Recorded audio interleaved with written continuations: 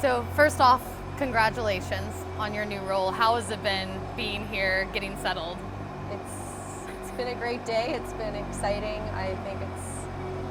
I'm just kind of taking it all in and still not settled, just kind of starting the process of what this is going to look like here in Seattle, but just really honored and taking it all in.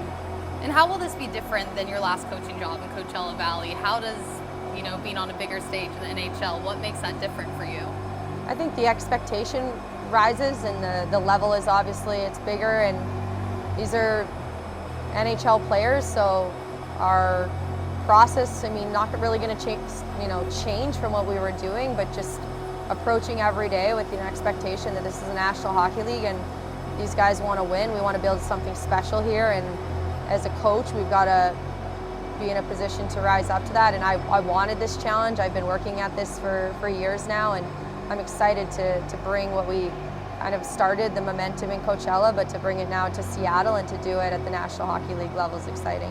I think it's important to note that working with NHL players is not anything too new to you, right? No, I've been very fortunate over the last 5 years and continue to build relationships with a lot of different NHL players that I've had the fortunate opportunity to establish my coaching style with and my work with in the off season, but also in season internationally, and so and even many of the players now who have been with the Kraken and called up to the Kraken, but also made the Kraken, I've been able to work with them. So just taking all of that experience and leveraging it now and bringing it to a full-time role here.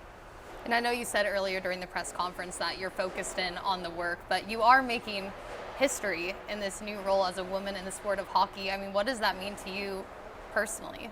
Yeah, it's a special moment. I think it's a moment we need to honor and celebrate. Like, I've had many great colleagues, other women that are on this list of women behind me and with me and above me, and that we're all sharing our love for the game and doing it in different levels. But I think it's really important to recognize just how it's going to hopefully transform the landscape and allow different people and different organizations. And Seattle's a special one. This is a really special place, and like I said, I don't feel like the only one, and I'm surrounded every day by a lot of different people, and I'm grateful for that. I think that's what makes a good team great, is different perspectives, different experiences, and you get different results, and we've been able to experience that in Coachella. So I want to trust that this opportunity, and I feel honored to carry that torch.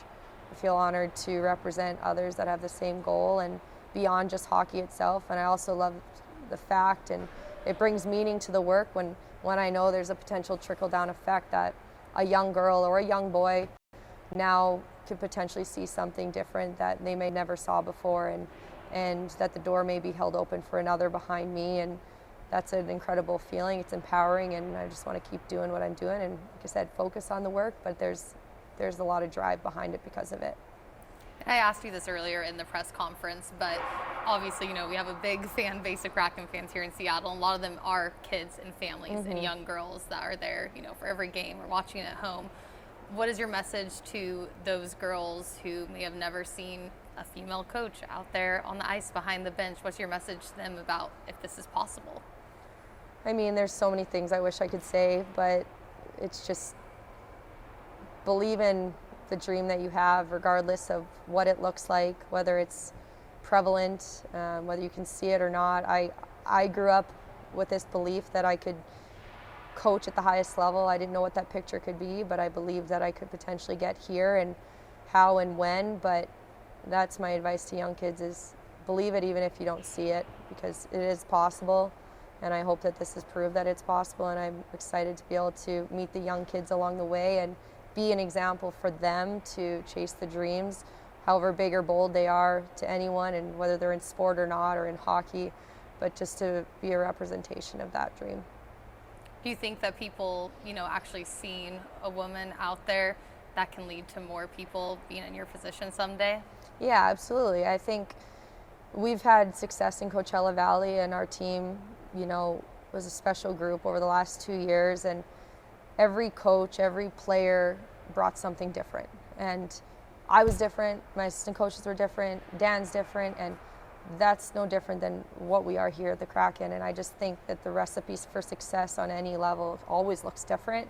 And I think we can leverage that. I think that I'm confident and prepared to see, those results come for Seattle. And it's an exciting time to be part of it and to see what can happen. Kraken fans got a taste of playoffs last year.